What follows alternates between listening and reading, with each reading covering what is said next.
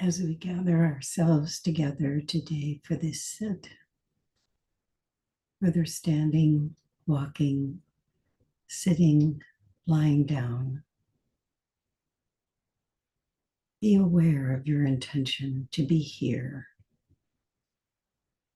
and take a posture that allows you to be here, relaxed and alert, to be aware of being here with all of you bring, all of what you bring to this moment. Be in your body. Recognize all the pieces of your body,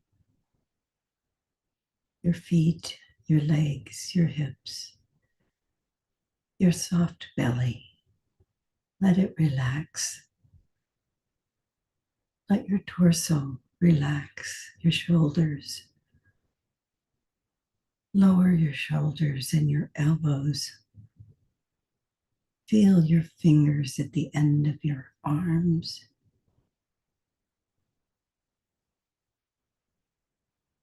Relax your neck, your jaw, your chin. Take a deep breath and let it out.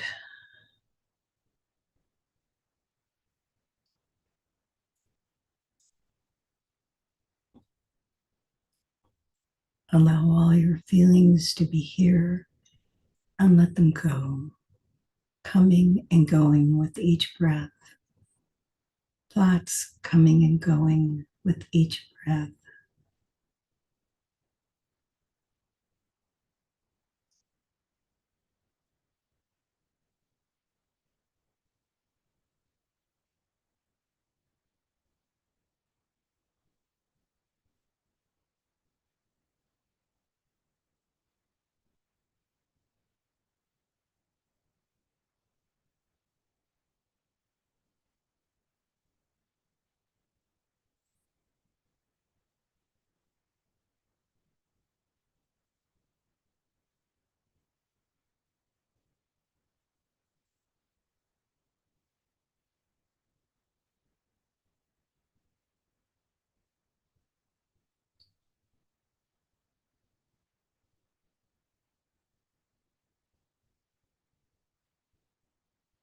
Relax the breath. Let it breathe just the way it wants to breathe. Let the air move in and out as the body feels most safe, most comfortable. No need for it to do anything other than breathe.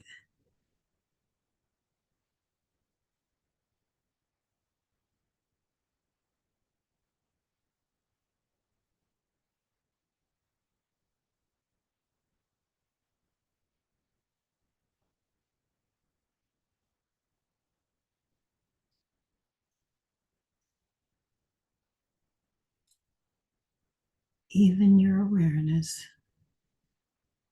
the awareness is simply here.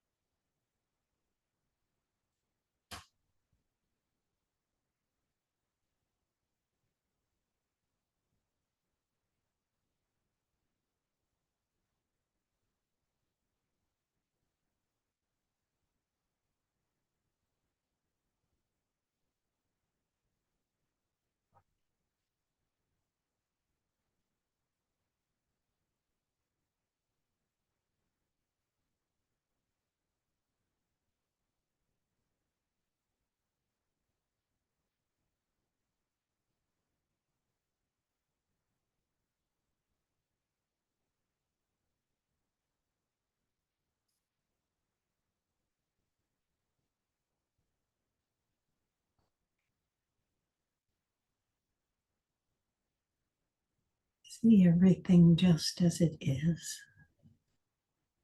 The breath is shallow. The breath is deep.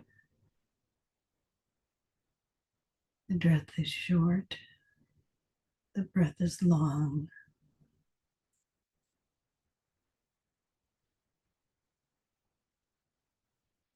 just as it is.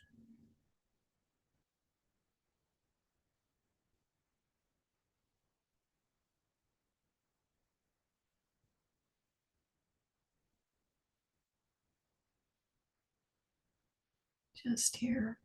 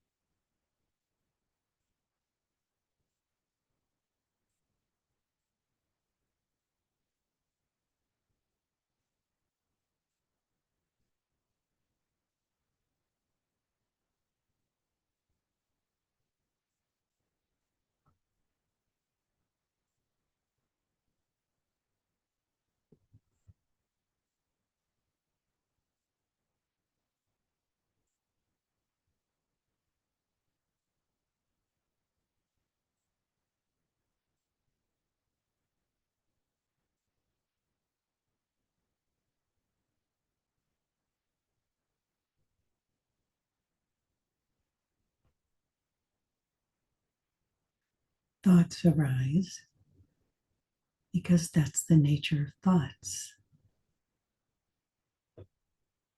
Allow them to come and go. No need to hold on. No need to push away. Sounds come and go. That's the nature of sounds. here, gone, just like the breath. Our awareness is here with things just as they are.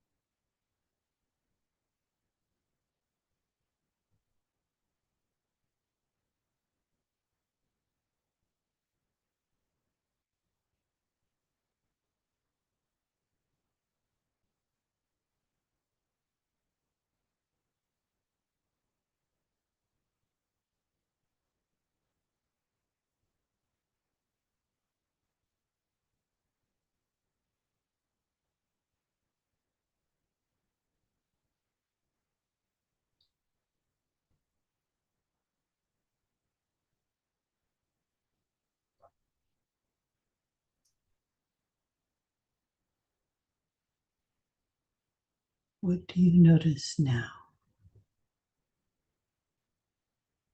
Does it feel easy to notice what you notice? Your breath, your body in this space, the attitude of your mind.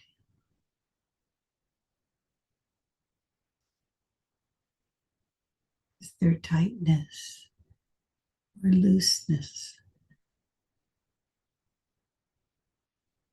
Everything is okay. What do you see? What do you feel? Just as it is.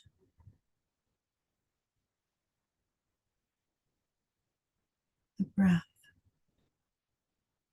the body, the heart, just as it is.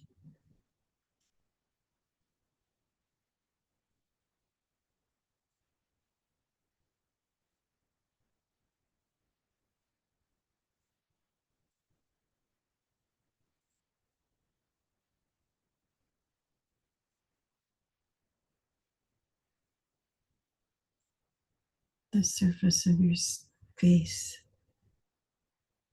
the temperature of your skin,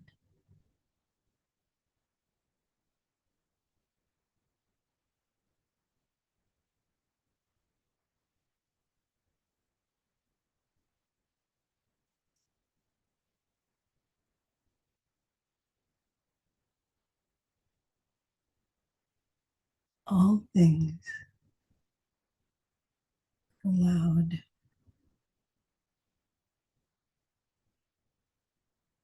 Awareness is within and without, just here, now.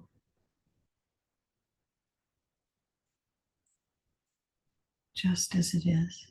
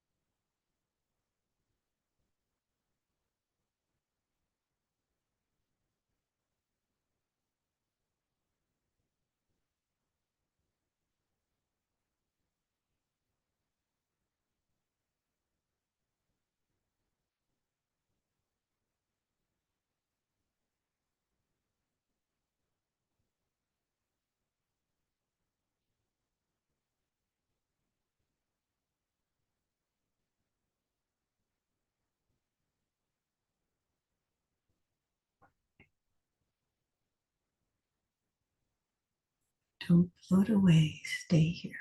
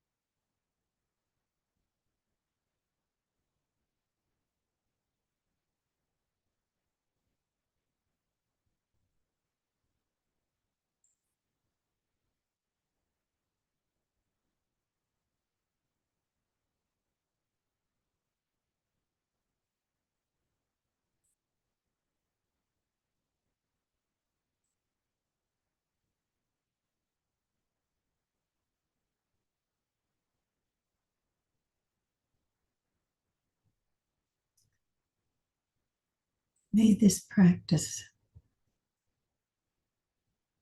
enable us to see clearly, this is how it is. These are the feelings that I feel. This is how my body is. I am here. These thoughts, this way of being, this is what's happening, so that I am better able to be present for my life, to be present for things as they are, to know things as they are, despite what I may wish.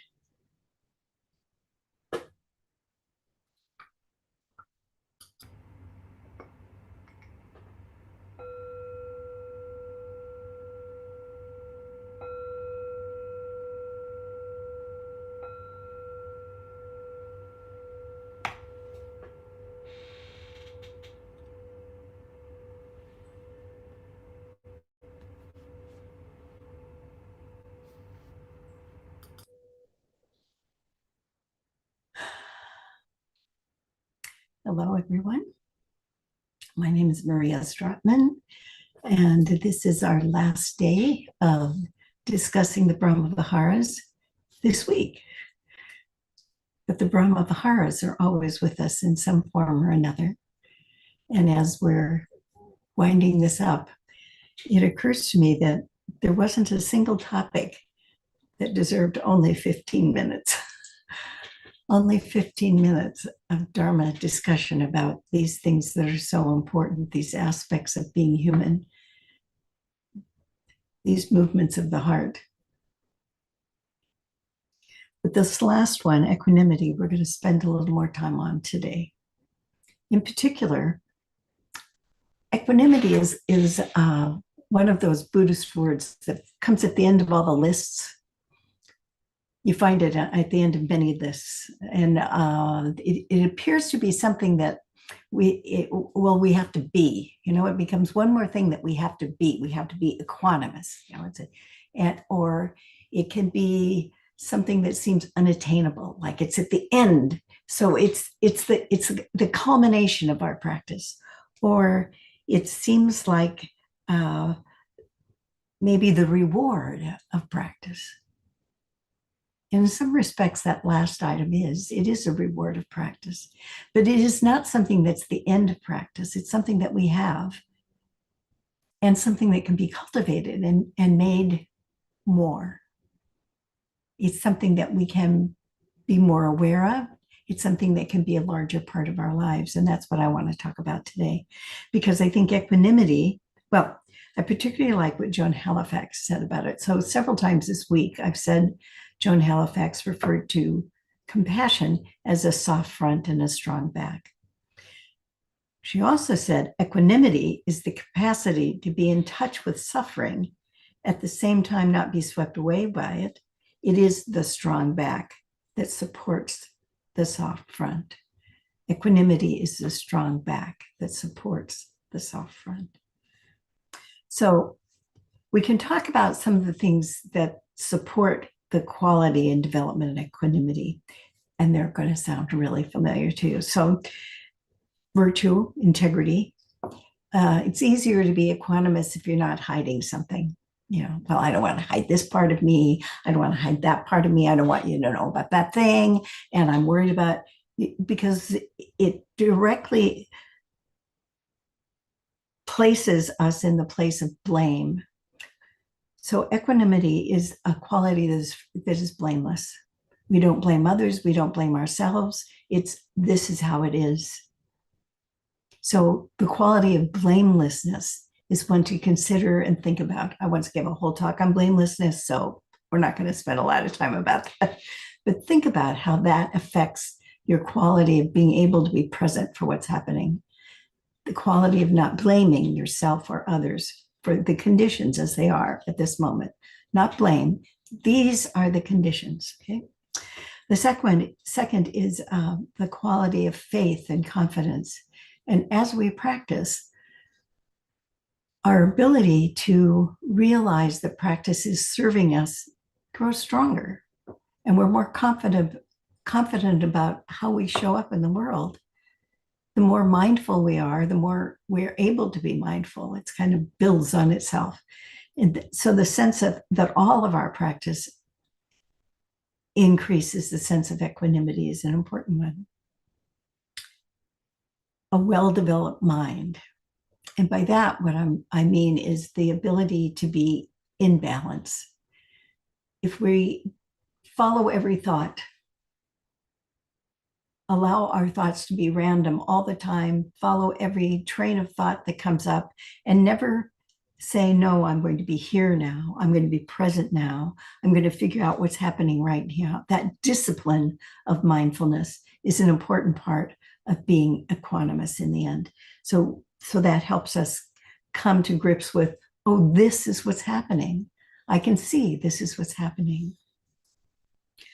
There's also a sense of well-being.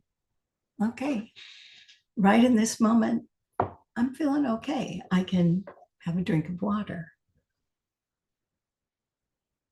Yeah, that feels okay. A sense of I'm okay in this moment.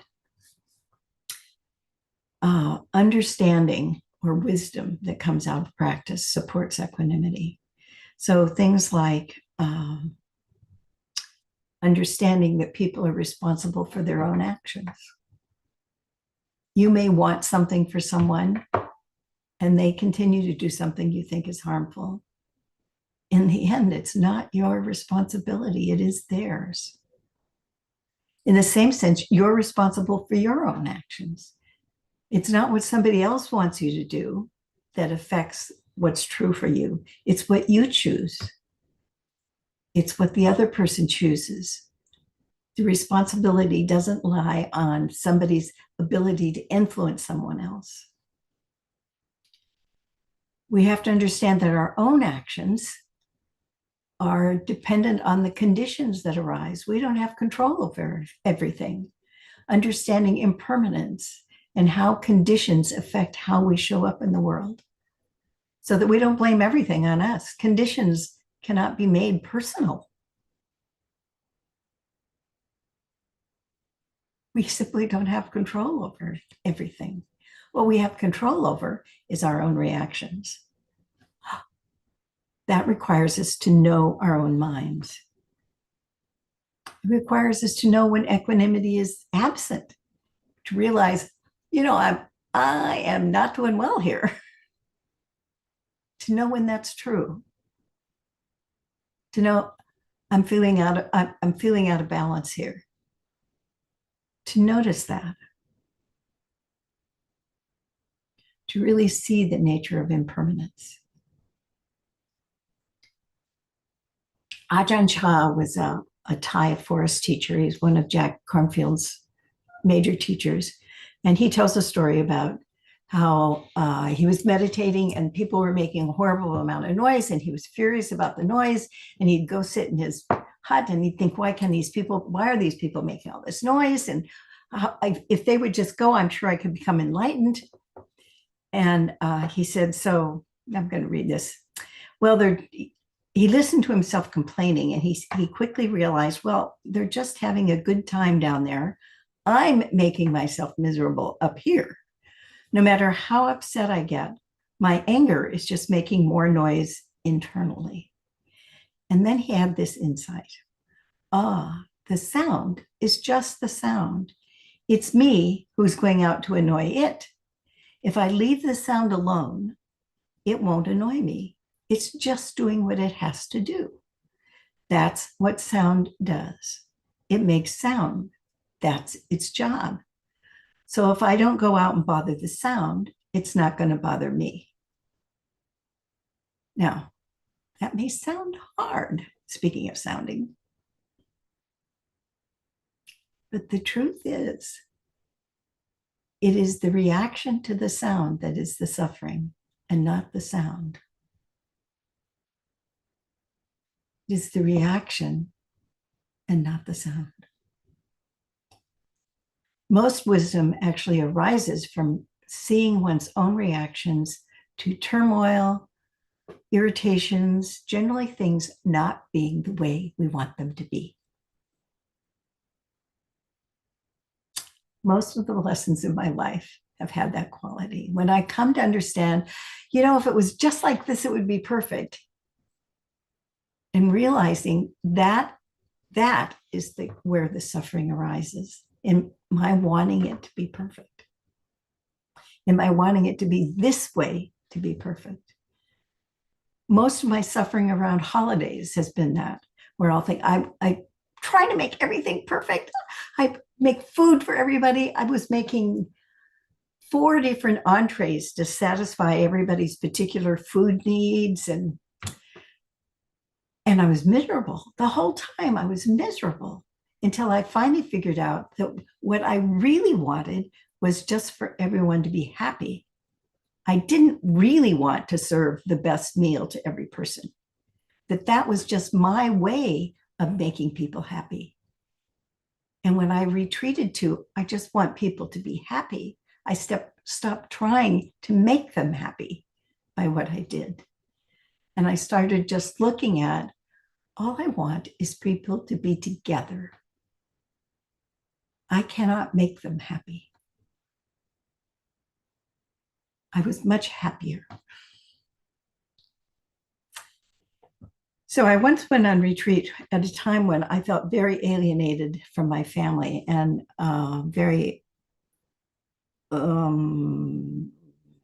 condemned by them. And it was a month-long retreat.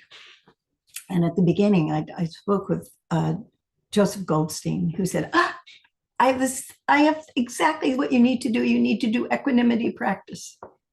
Like, okay, I'll do equanimity practice. So for every walking period for a month, I repeated the phrases. Now that's sitting and walking continually all day for a month, every walking period. Here's what I said. I am heir to my own karma. My happiness or unhappiness depends on my own intentions and actions, not what others may wish. Despite what I may wish, things are as they are. May I see things just as they are. May I meet the arising and passing away of all things with equanimity and balance. I am heir to my own karma. My happiness or suffering depends on my own actions, my own intentions and actions, not what others may wish. Despite what I may wish, things are as they are. May I see things just as they are. May I meet the arising and passing away of all things with equanimity and balance. Any one of those phrases at a different time led to great realizations for me. But the one I want to highlight for you has to do with that first line. My suffering depends on my intentions and my actions. End of story. Everything else supports that. Despite what I may wish, things are as they are. May I see things just as they are. This is the development of equanimity. I highly recommend this practice. I still do this practice often, mostly when I do walking meditation, but often. I'm going to close it with a poem by Hogan Bayes, who is or was, I'm not sure of his status, abbot of the Great Vowed Zen Monastery in Oregon. And he wrote this and dedicated it to Shodo Harada Roshi. It's called In This Passing Moment. I like this because this is exactly the spirit. In this passing moment, in the presence of Sangha, in the light of Dharma, in oneness with the Buddha, may my path to complete enlightenment benefit everyone. In this passing moment, karma ripens and all things come to be. I vow to choose what is. If there is cost, I choose to pay. If there is need, I choose to give. If there is pain, I choose to feel. If there is sorrow, I choose to grieve. When burning, I choose heat. When calm, I choose peace. When starving, I choose hunger. When happy, I choose joy. Whom I encounter, I choose to meet. What I shoulder, I choose to bear. When it is my death, I choose to die.